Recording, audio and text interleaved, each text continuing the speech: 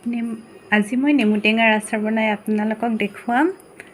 নেমু টেঙাৰ আচাৰ বনাবৰ বাবে প্ৰথমে মই নেমুকেইটা ভালদৰে ধুই এনেকৈ বাকলি গুচাই লৈছোঁ।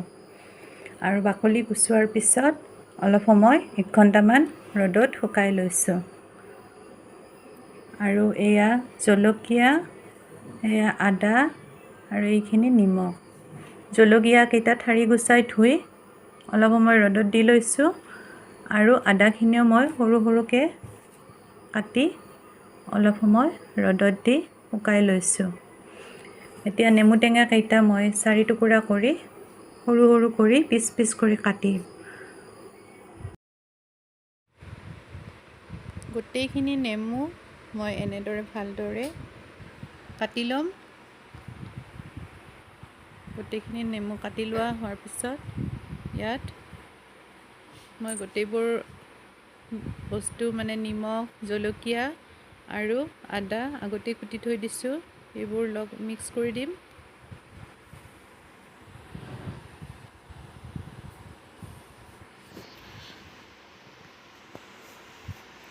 নেমুখিনি এইদৰে এনেকৈ কাটি ল'লোঁ। আৰু নেমুখিনি মই 1 ৰাতিৰ বাবে ভালদৰে ভৰাই থৈ দিম। ঢাকোন থকা এটা টেমাত ভৰাই থৈ দিম। টেমাটো মই ৰ'দত শুকাই আগতে ধুই ৰ'দত শুকাই থৈ দিছোঁ। এতিয়া মই ইয়াত নিমখ, জলকীয়াখিনি মিক্স কৰি ল'লোঁ। কুটি থোৱা আদা এইখিনি মই ভালদৰে ধুই পিনে ৰ'দত শুকুৱাই থৈছোঁ, সেইখিনি মিক্স কৰি ল'লোঁ।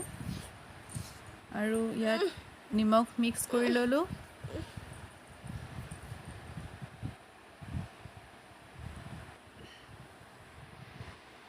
নিমখ আগতে দি থওঁ যাতে নিমখখিনি ভালদৰে ভিতৰত সোমাই যায়। নেমুৰ লগত নেমু, জলকীয়া আৰু আদাৰ লগত নিমখখিনি ভালদৰে মিক্স হৈ যায়। আৰু এইফালে আছে এইটো সাজ। এই সাজটো মই ধুই ৰ'দত শুকাই লৈছোঁ যাতে ইয়াত অকণো পানীৰ ভাৱ নাথাকে। এনেদৰে ঢাকোন থকা সাজত নেমুখিনি মই ভৰাই থ'ম। এতিয়া ভালদৰে মিক্স কৰি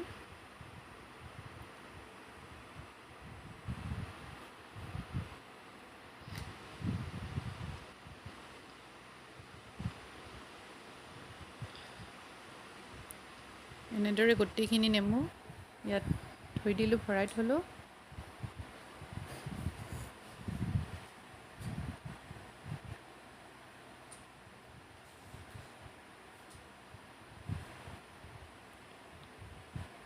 এতিয়া এইখিনি ভালদৰে মিহলি কৰি লৈ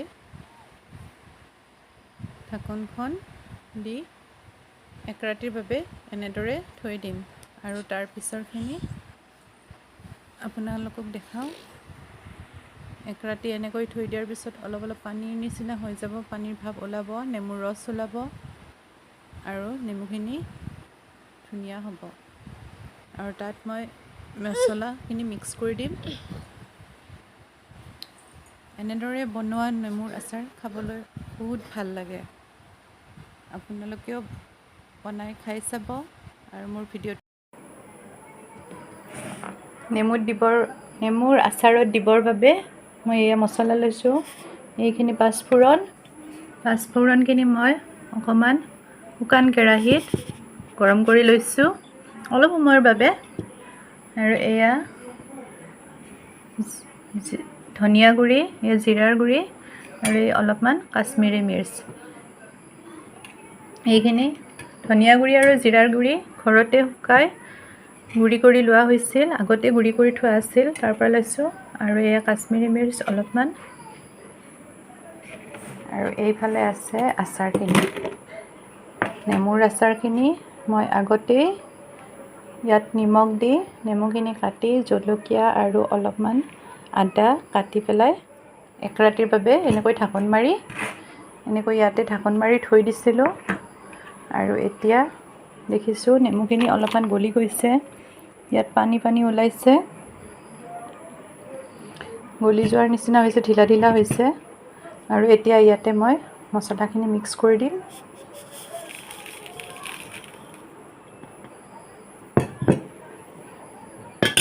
গোটেইখিনি ইয়াতে মিক্স কৰি দিম।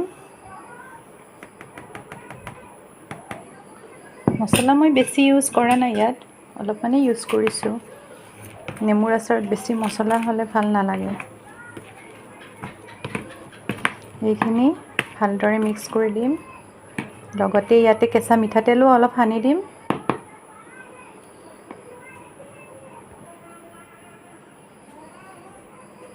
ইয়াতে কেঁচা মিঠাতেলো অলপ দি দিছোঁ। তেলো বেছি দিব নালাগে, অলপমান দিলেই হ'ল। আৰু এইখিনি এতিয়া মই ভালদৰে মিক্স কৰি ল'ম। এয়া মই তেলখিনি দি ভালদৰে মিক্স কৰি লৈছোঁ। এতিয়া এনেদৰে আচাৰখিনি কেইদিনমানৰ কাৰণে থৈ দিম, মাজে মাজে ৰ'দত দি থাকিম। আৰু এসপ্তাহমান পিছত সম্পূৰ্ণ আচাৰখিনি ধুনীয়াকৈ গলি যাব আৰু খাবৰ বাবে ভাল হ'ব। আচাৰত মই প্ৰায় কেঁচা মিঠাতেলেই ইউজ কৰোঁ। মই মিঠাতেল গৰম কৰি নিদিওঁ, কেঁচা মিঠাতেলেই দি দিওঁ। এতিয়া চামুচখনো ইয়াতেই থৈ দিছোঁ, এইখন চামুচেৰে আমি লাৰি দিম।